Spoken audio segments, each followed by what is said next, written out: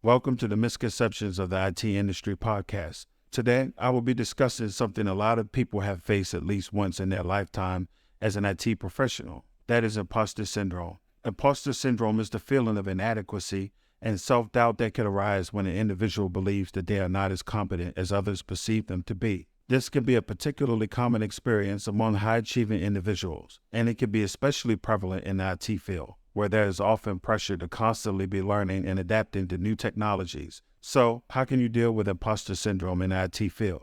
First and foremost, it's important to recognize that imposter syndrome is a common and normal experience. It's not uncommon for even the most talented and successful individuals to feel like they don't quite measure up, and it's important to remind ourselves that this is a feeling, not a fact.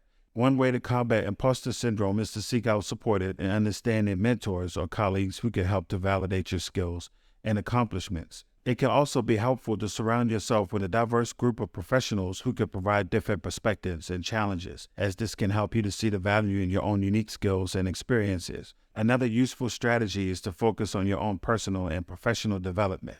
This can include setting small, achievable goals for yourself and taking the time to celebrate your accomplishments along the way. This can help to build confidence and a sense of accomplishment, and can also help to provide a sense of direction and purpose in your career. It's important to remember that perfection is not the goal. It's okay to make mistakes, and in fact, making mistakes can be an important part of the learning process. It's important to approach mistakes as opportunities for growth and learning rather than as failures. One way to do this is to practice self-compassion. This means being kind and understanding towards yourself when things don't go as planned, and recognizing that everyone makes mistakes from time to time. It can be helpful to seek out opportunities to learn from more experienced professionals in the field.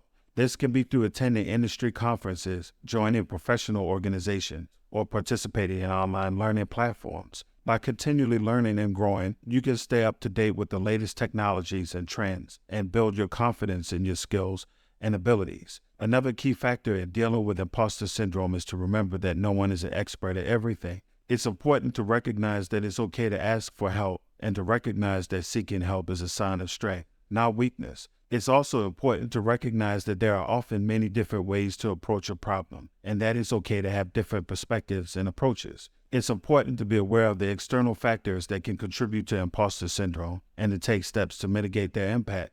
For example, if you're working in a competitive or high-pressure environment, it's important to find ways to manage stress and maintain work-life balance. This can include setting boundaries with colleagues and clients, prioritizing self-care, and finding supportive outlets such as therapy or a hobby to help you cope with the demands of the job. Another external factor to consider is diversity and inclusion in the workplace. If you're part of a minority group in an IT company you work at, you may feel like you have to work extra hard to prove yourself and fit in. It's important to remember that diversity and inclusion are strengths, and that everyone brings unique perspectives and experiences to the table. Seek out organizations and initiatives that prioritize diversity and inclusion, and don't be afraid to speak up and advocate for yourself if you may feel like you are being treated as if you are unimportant.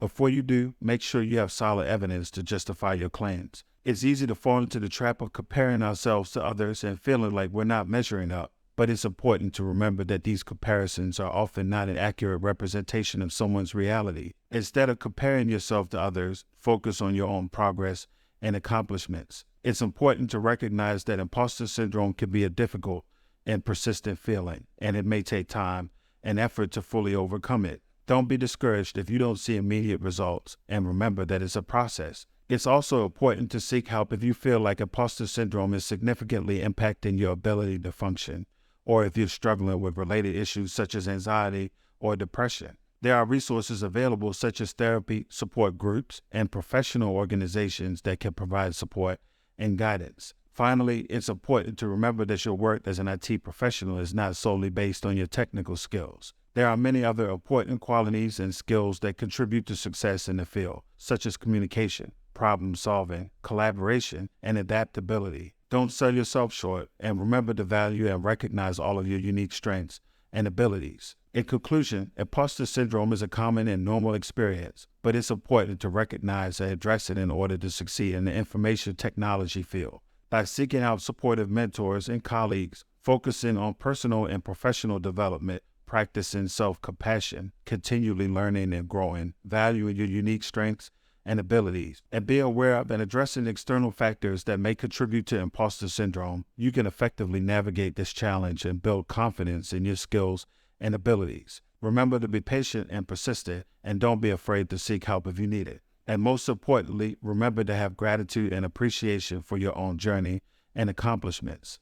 This episode of the Misconceptions of the IT industry dealing with imposter syndrome as an IT professional has come to an end. Stay tuned for future episodes of the Misconceptions of the IT industry. Until then, farewell.